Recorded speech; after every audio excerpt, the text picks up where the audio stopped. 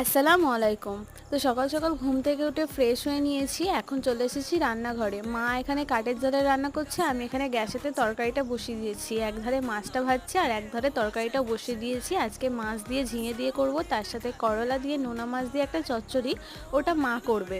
তো রান্নাবান্না সমস্ত কিছু কমপ্লিট করে নিয়েছি। এখন ছেলেকে নিয়ে চলে যাচ্ছি স্কুলে। আর আজকে হচ্ছে ওর লাস্ট এক্সাম, আর এত বৃষ্টি হচ্ছিল তাই গাড়িটাকে আর বার করিনি, আজকে টোটো করেই স্কুলে চলে যাচ্ছি। আর চারিদিকে দেখতে পাচ্ছ কতই না জল হয়েছে। তো তারপরে এই জাস্ট বাড়ি এসে বোরখাটা চেঞ্জ করে ওকে সেই থেকে বলছি যে চলো, দেরি হয়ে যাচ্ছে স্নান করে নিতে, কারণ সকালবেলা স্নান করায়নি আর ঘুম থেকেও না উঠতে আজকে লেট করে নিয়েছে। আর যেহেতু বৃষ্টি পড়ছে তো স্নান করাতে গেলেই প্রচুর চেঁচামেচি করবে, তাই চান করায়নি। আর তাড়াতাড়ি যেহেতু ছুটি হয়ে যাবে সেই জন্য কী করেছিলাম, নিয়ে চলে এসেছিলাম, তারপরেই চান করে দিয়েছি।